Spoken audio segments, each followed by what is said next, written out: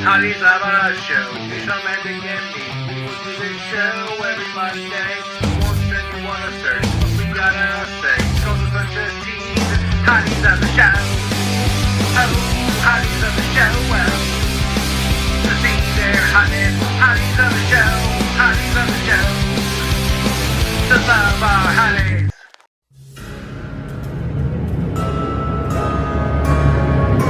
Welcome back to Hotties of a Show, the series where we take a television show that already has enough going on with the plot, the drama, the twists, the curses, the betrayals, the flashbacks, and the magical nonsense. And then we stop for a second and acknowledge the truth. Some of these shows were absolutely overloaded with beautiful women. And today, we are going to Storybrooke. That's right. Today's episode is all about the women of Once Upon a Time, because this show really had no business being this stacked. Like, I came for fairy tale chaos, dark curses, magical family drama, and people constantly finding out something, or somebody, was secretly their mother, father, daughter, son, grandson, evil twin, or cursed lizard person from another realm. This cast was out here putting up ridiculous numbers. Let me tell you something right now. This show didn't just give you one type of beautiful. No. This show gave you variety. You had soft beautiful, dangerous beautiful, sweet beautiful, commanding beautiful, mysterious beautiful. I know she might ruin my life, but I'm still listening beautiful. This show had it all. So let's get into it. Let's start with Ashley/Cinderella.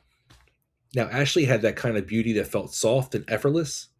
She had this really gentle, pretty, natural look that fit the Cinderella vibe perfectly. And that's not always easy to pull off, because with Cinderella type characters, if you lean too hard into the fantasy side, they can start feeling too polished, too distant, too storybook in a way that loses the human side. But Ashley didn't have that problem. She felt warm. She felt likable. She had that kind of face where even when everything around her was dramatic and cursed and ridiculous, she still gave off this grounded, genuinely pretty energy. And that kind of beauty hits differently. That's the one that sneaks up on you.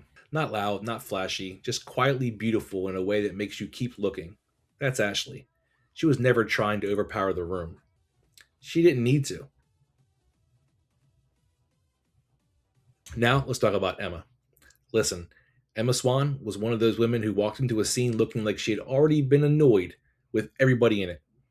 And somehow that made her hotter. That's power. Emma had that tough, guarded, low-key, sexy thing going on.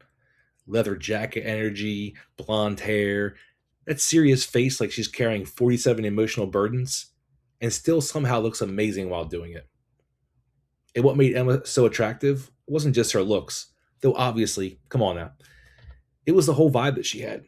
She felt strong. She felt skeptical. She felt like she didn't have time for nonsense. That attitude goes a long way. Because there's something about a woman who looks like she could save the town, solve the mystery, insult you a little bit, and still somehow be the coolest person in the room. Emma had that. She had that I've seen too much and I'm still standing kind of sexy. Real tired, but beautiful warrior energy.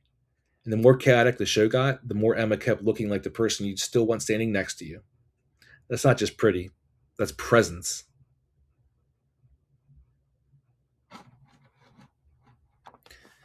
Then you've got Snow White/Mary Margaret. This is Doosan's favorite. Now, this is a totally different lane. Mary Margaret had that wholesome, sweet, bright-eyed charm that somehow never tipped over into boring. That's impressive, because sweet characters can sometimes get lost, but not her. She had this glow to her. Very approachable, very warm, very pretty, in that classic way where she just naturally looked like she belonged in a fairy tale. You switch over to the Snow White side of things, she still had that elegance, that sweetness, that softness, but with just enough backbone to keep it interesting. That's what makes her work. She's not just cute, she's cute with purpose. She had that kind-hearted but still not to be messed with energy, and that is always a strong combination. Snow/Mary Margaret was one of those women where the beauty wasn't loud, it was steady, consistent, classic. That kind of fits the whole world of the show perfectly. Now let's get to my personal favorite, Ruby. 'Cause good lord, oof, Ruby. Ruby is one of those characters where the show clearly knew exactly what it was doing, and they would show her body a lot. She had that bold, edgy, full attitude kind of hotness. The red, the confidence, the smirk, the I know I look good and I'm not about to pretend otherwise energy. The kind of character that's always dangerous. Ruby didn't feel shy, hesitant, or unsure of herself. She felt like she knew she was the moment. And those are the ones that hit the hardest sometimes. Ruby had that cool girl edge that made her instantly stand out. She wasn't just pretty, she was striking. You noticed her. And not only did you notice her, but she had one of those personalities that made the whole thing even stronger. Because confidence always amplifies beauty. Always. Ruby had that playful, bold, dangerous kind of appeal where even when she was just standing there, the whole scene tilted a little in her direction. A real screen quality. And she absolutely had it. Well, let's agree to disagree. I respect your opinion. But it's wrong, and you're welcome to it. Then there's Belle. Belle is another example of that softer, more elegant kind of beauty that this show did really well. She had that very classic, romantic, storybook pretty look, which makes sense for the character, but it still never felt flat. Belle had a sweetness to her, but also intelligence, and that combination always works because it makes her feel fuller. It makes the beauty feel fuller. She felt kind but not weak, graceful but not fragile, and visually, she fit the whole fairy tale side of the show in a way that felt effortless. Belle had that kind of face and energy that makes candlelight, gowns, books, castles, and enchanted drama look like they were invented specifically for her. She was one of those women where the beauty comes with softness, but also a little bit of steel underneath it, and that gave her balance. And that's why she stands out.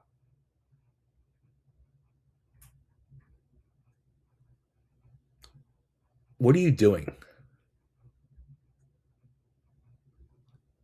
It's very distracting. So knock it the fuck off. Now we have Merida. Completely different energy.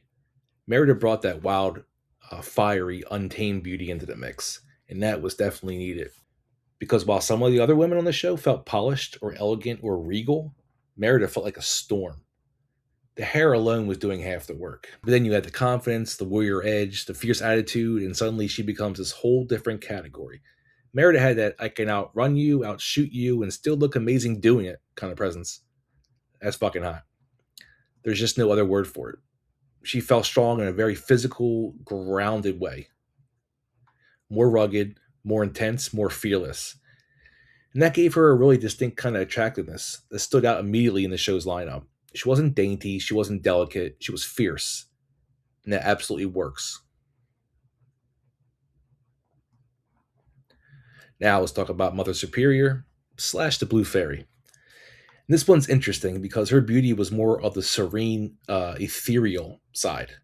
She had this calm, almost glowing presence, the kind of beauty that's less about flash and more about aura. And aura matters. She looked elegant, graceful, composed, like she always had this quiet, celestial thing happening around her. That kind of beauty doesn't always get the same loud reaction as the bolder characters, but it absolutely deserves respect because she had a very distinct presence. In a show where a lot of characters were coming in hot with curses, seduction, manipulation, revenge, and eyeliner, she brought this calmer, more mystical side of attractiveness. Still very real. It's just different. And her rack helped too. Now, Mulan, come on. Mulan had that warrior beauty, that disciplined, sharp, focused kind of attractiveness, where everything about her felt capable. She looked like she could handle literally anything. And competence is attractive. Let's just say it. Mulan had that intense, grounded strength that made her immediately compelling. She didn't need a lot of that extra flourish. She didn't need a bunch of dramatic styling tricks. She had a presence through sheer force of focus. That's what made her hit. She looked ready. Ready for battle, ready for danger, ready to protect people, ready to call out nonsense. And that kind of confidence and purpose adds a lot. Mulan was beautiful in the way that felt powerful, and that's always a big plus. Then we got Aurora, who brought back the more traditional fairy tale princess beauty. It was elegant, soft, and very classically pretty. She had that dreamy look that fits the Sleeping Beauty kind of character perfectly. And again, the show was smart in how they balanced these women, because Aurora represents a different flavor from someone like Ruby or Regina. She wasn't edgy, she wasn't sarcastic, she wasn't trying to dominate the room. She was more graceful and romantic. But that kind of beauty still absolutely lands. She had that polished, luminous princess energy. And the show knew how to present that in a way that made her stand out without having to compete by becoming louder. Aurora was all about the elegance. And elegance still counts. Big time. Now, we really need to stop and give proper respect to Regina. Because wow,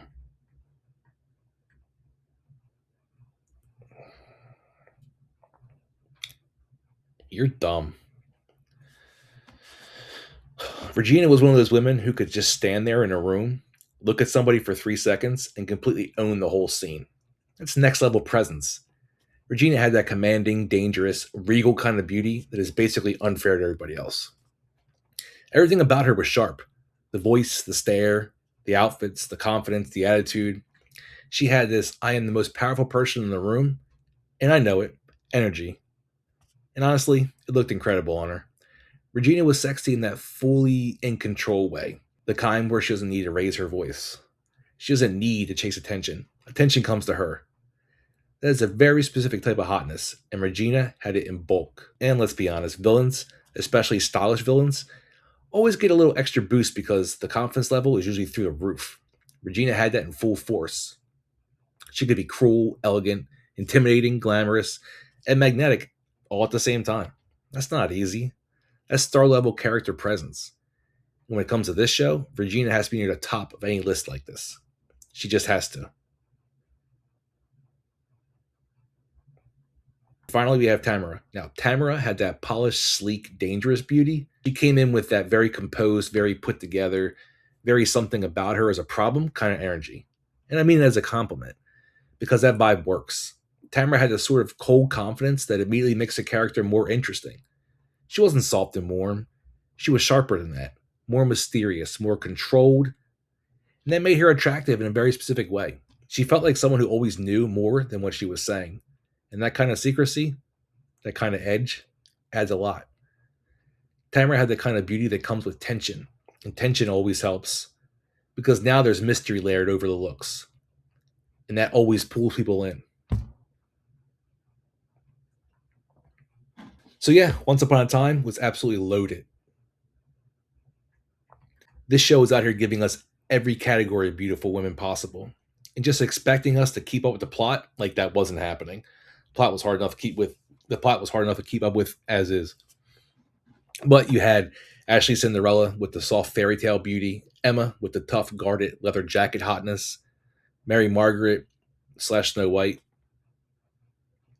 with the sweet classic charm, Ruby with the bold, edgy, sexy confidence, Belle with the elegant romantic beauty, Merida with the fiery warrior energy, Mother Superior with the calm ethereal glow, Mulan with that focused, powerful strength, Aurora with princess elegance, and Regina with the full on commanding queen energy, and Tamara with the sleek, dangerous mystery.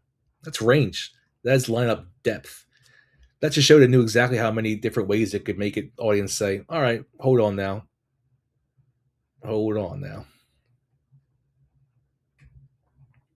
And honestly, that's part of the fun of the cast like this. Everybody's going to have a different favorite. Some people are going Emma all day because they like the strong, guarded hero vibe. Some people are going to go Ruby because confidence and attitude do the trick. Some people are going Belle or Aurora because they like the softer fairy tale beauty. Some, like Dushan, are going to go with the simple, like Snow White. And some people are absolutely going to go Regina because they appreciate a woman who looks like she could destroy them emotionally and still somehow make it seem classy. And you know what? Fair enough. That's the beauty of a lineup like this. There was somebody for everybody. So yes, Once Upon a Time gave us curses, kingdoms, betrayal, magic, monsters, and nonstop family chaos. But it also gave us one of the most stacked collections of beautiful women on television. And I think we need to respect that.